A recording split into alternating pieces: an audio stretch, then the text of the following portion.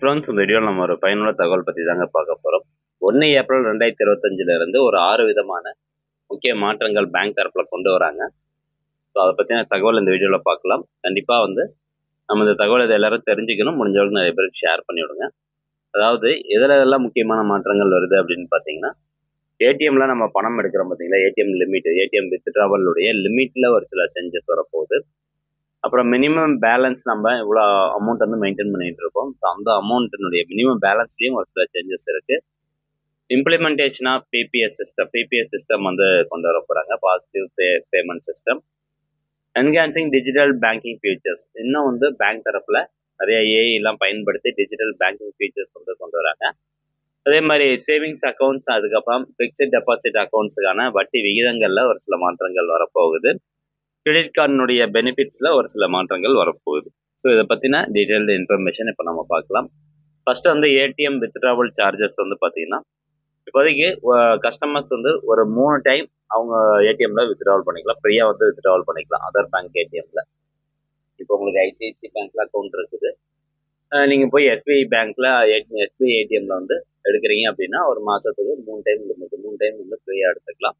So அதுக்கு மேலேயும் நீங்கள் அதர் பேங்க் ஏடிஎம்ஏ பயன்படுத்துறீங்க அப்படின்னா ஒரு டிரான்சாக்ஷனுக்கு அடிஷனல் சார்ஜஸ் 20 ரூபாயிலேருந்து 25 ரூபா வரைக்கும் சார்ஜ் பண்ணுவோம் அப்படிங்கிற மாதிரி சொல்லியிருக்கிறாங்க. இது ஏடிஎம் வித்ட்ராவல் சார்ஜஸ்க்கான லிமிட்டு. ரெண்டாவது பார்த்தீங்கன்னா, மினிமம் பேலன்ஸில் ஒரு சில மாற்றங்கள் வரப்போகுது. இப்போ மேஜர் பேங்க்ஸில் இருக்காங்க பாருங்க, SBI, Canara Bank, Punjab National Bank. So இந்த மாதிரியான பெரிய பெரிய பேங்க் எல்லாமே மினிமம் பேலன்ஸ் மெயின்டைன் பண்ணுறதுல ஒரு சில ரூல்ஸ் கொண்டு வர போகிறாங்க. இது நிறைய பேருக்கு ஒரு சின்ன ஒரு கஷ்டத்தை கொடுக்கும். ஏன் அப்படின்னு கேட்டிங்கன்னா, இந்த மினிமம் பேலன்ஸ் மெயின்டைன் பண்ணுறதுல ஏரியா வைஸ் செக்ரிகேட் பண்ணியிருக்காங்க. ஆல்ரெடி இப்படி தான் இருக்குது. Urban area, semi urban area, rural area. So இந்த மாதிரி பார்த்தீங்கன்னா 3 ஏரியா வைஸ் பிரிச்சிருப்பாங்க. அர்பன் ஏரியானா நம்ம அதிகமாக பேலன்ஸ் மெயின்டைன் பண்ணணும். செமி அர்பன் ஏரியா அப்படின்னா அந்த மாடரேட்டாக மீடியமாக மெயின்டைன் பண்ணுற மாதிரி இருக்கும். ரூரல் ஏரியா அப்படின்னா அங்கே கம்மியாக மெயின்டைன் பண்ணுற மாதிரி இருக்கும். பட் இப்போ இந்த 3 விதமான ஏரியாக்கள்லையும் அந்த மினிமம் பேலன்ஸ் மெயின்டைன் பண்ணக்கூடிய அந்த அமௌண்ட் இன்க்ரீஸ் பண்ண போகிறதா சொல்லியிருக்கிறாங்க. சப்போஸ் அந்த மினிமம் பேலன்ஸ் மெயின்டைன் பண்ணலாம், கண்டிப்பாக பெனால்ட்டி சார்ஜஸும் படிப்போம் அப்படிங்கிறத சொல்லியிருக்காங்க. அண்ட் 3ஆவதாக பார்த்தீங்கன்னா, பாசிட்டிவ் பே சிஸ்டம் கொண்டு வர போகிறாங்க. இப்போ ஏப்ரல் 1, 2025 இருந்து நீங்கள் 5000 ரூபாய்க்கு மேலே பேங்க் அக்கௌண்ட் பயன்படுத்தி பணம் டிரான்ஸ்ஃபர் பண்ணுறீங்க அப்படின்னா இந்த பாசிட்டிவ் பே சிஸ்டம் மூலமாக தான் நீங்கள் டிரான்ஸ்ஃபர் பண்ண முடியும்.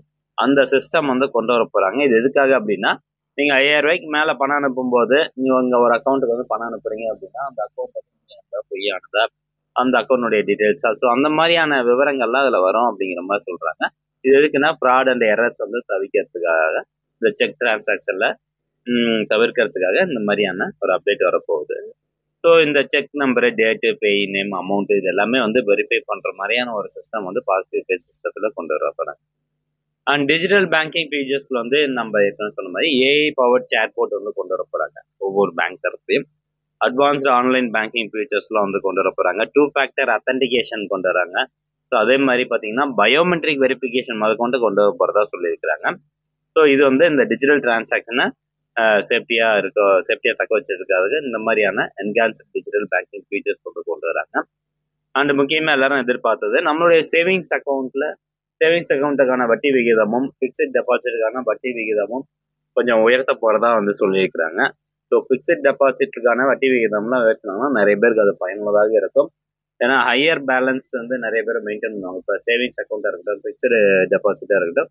ஸோ நிறைய பேர் அதிகமான அமௌண்ட் போடும்போது பேங்க் தரப்புலையும் அது கொஞ்சம் பேங்க்கும் வளர்ச்சி அடையும். அதே மாதிரி மக்களும் அதிகமாக இன்ட்ரெஸ்ட் எடுத்து எப்படிலாம் பணம் போடுவாங்க. ஸோ அதனால இன்ட்ரெஸ்ட் ரேட் உயர்த்த போகிறதா சொல்லியிருக்காங்க. And credit card benefits major banks, இப்போ SBI, IDFC, First Bank, so இதெல்லாம் பார்த்தீங்கன்னா கோ பிராண்டட் விஸ்தாரா கிரெடிட் கார்டினுடைய பெனிஃபிட் இருக்குது. அதில் ஒரு சில மாற்றங்கள் கொண்டு வராங்க. அதில் இந்த டிக்கெட் வவுச்சர்ஸ் டிஸ்கன்டினியூ பண்ண போகிறாங்க. அதே மாதிரி ரினியூவபிள் பர்க்ஸ் அப்படின்னு இருக்கும். ஸோ அதுவும் ரிமூவ் பண்ணுறாங்க. Milestone rewards will be phased out அப்படின்னு சொல்லிட்டான். ஸோ மைல் ஸ்டோன் ரிவார்ட்ஸும் கிடையாது அப்படின்னு சொல்கிறாங்க. ஸோ இந்த 6 விதமான முக்கிய மாற்றங்கள் ஏப்ரல் 1, 2025 அமலுக்கு கொண்டு வர போகிறாங்க. ஸோ இந்த தகவல் நிறைய பேருக்கு ஷேர் பண்ணுங்கள். மீண்டும் அடுத்த நல்ல பதிவில் சந்திக்கலாம்.